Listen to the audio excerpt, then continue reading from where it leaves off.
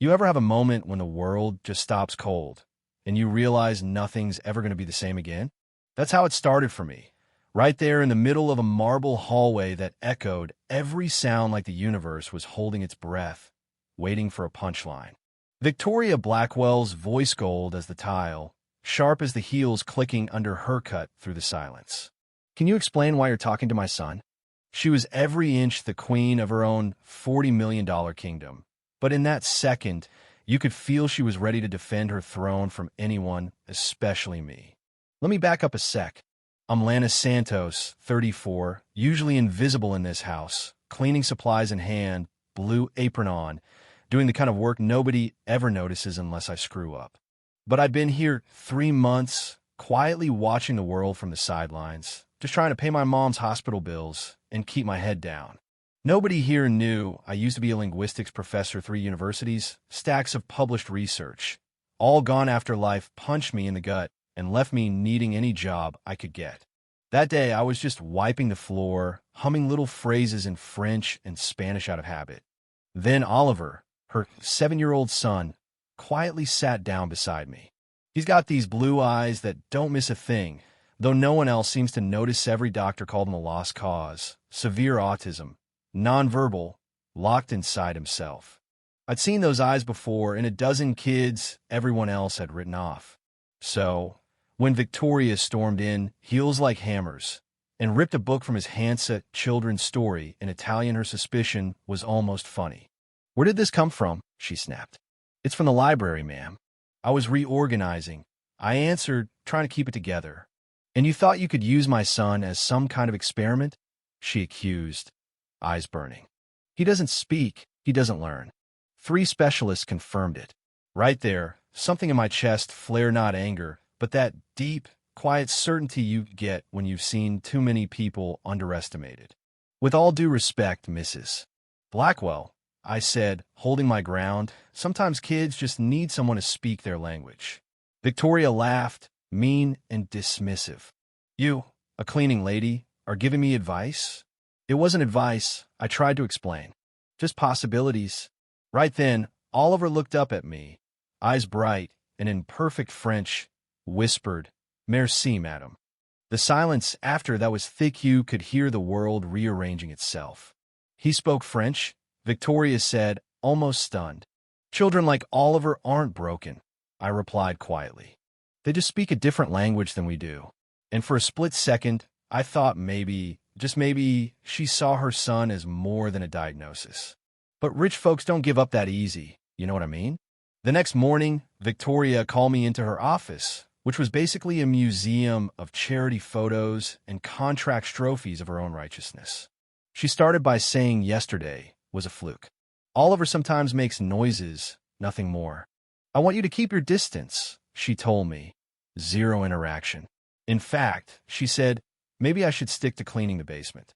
She had no clue who I really was, just another invisible face to order around. I nodded, playing along, but inside, I remembered every child I'd ever helped, 43 kids who'd been labeled lost. Now they're living full lives because someone believed in them. I almost laughed at the irony. "Of course, Mrs. Blackwell. Just cleaning," I said. But that afternoon, something shifted. Dr. Marcus Chun, their private pediatrician, found me in the basement. "I need to talk about Oliver," he said, voice hushed. He'd heard Oliver's French and wanted to know if I had a background in special education. I hesitated, then took a risk. "Dr.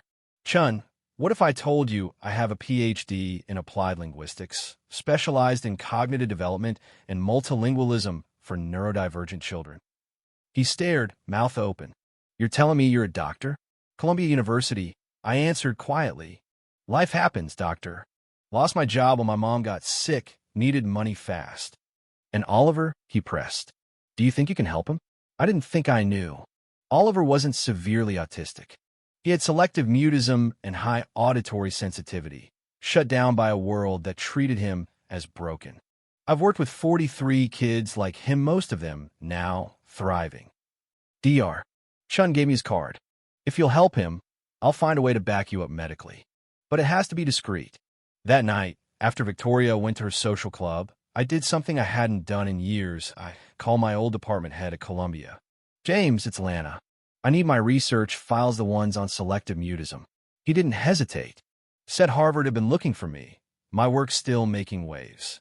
Hope crept back in for the first time in a long while. But what I didn't know was Sandra, the housekeeper, had been eavesdropping, and by morning, my secret would be all over the mansion. Next day, Sandra ran to Victoria, practically giddy, spilling everything about my phone call and supposed credentials. She's lying to get close to Oliver, she warned. Victoria called me in, looking at me like I'd betrayed her personally. She turned her laptop around, showing my Columbia profile, awards and all. You lied to me, she spat. I never lied. I answered, steady as I could. You never asked. You made me believe you were just a cleaning lady. Why would that matter?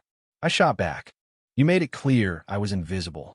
My job was to clean, not to have opinions. Her face fell, just a little, maybe the first crack in that armor. You should have told me, so you could humiliate me more creatively, I said. Just then, Oliver burst in, Dr. Chun right behind. The boy, who hadn't spoken in 2 years, switched between Portuguese, French, Spanish right in front of his mother. Victoria was speechless. Dr. Chun set a tablet on the desk, video after video of Oliver reciting numbers in German, singing in Arabic, the alphabet in Mandarin. 7 languages in 3 weeks, he said. His cognitive ability is extraordinary. Victoria looked like she might collapse. How is this possible? She asked, voice breaking. He was never severely autistic, I said softly. He had trauma, emotional isolation. Once he found his way to communicate, he blossomed. Oliver turned to her, said, Mama, I stopped trying to talk because you always looked sad when I tried. That landed like a stone in the middle of the room. I didn't know, Victoria whispered. But now you do, I said. What are you going to do with it? Dr. Chun urged her. Oliver needed to keep working with me, or it could set him back for good. Victoria finally broke down, apologized, begged me to stay not as a cleaner, but as her son's teacher. I agreed, on one condition. Oliver's not a miracle, he's not a trophy. He's a brilliant child who deserves to be loved for who he is, not just what he can do. Victoria nodded, tears running down her face. 6 months later, that cold, silent mansion had turned into a place filled with laughter, languages, and Oliver's voice echoing everywhere. He'd run to Victoria, shouting new words in Swedish, switching to Spanish just for fun. Lana was teaching thousands online, her channel a global phenomenon, partnerships pouring in, her methods changing schools across the country. Victoria founded a charity for neurodivergent kids. Lana's research won national awards, and even Harvard tried to hire her back. And what happened to Sandra? Well, turns out gossiping about your boss online isn't a great career move. Karma, you know? As for Oliver, he stood on stage beside me at a major education conference, telling the world how Miss Lana taught me there never was a box to break out of. I've always been perfect.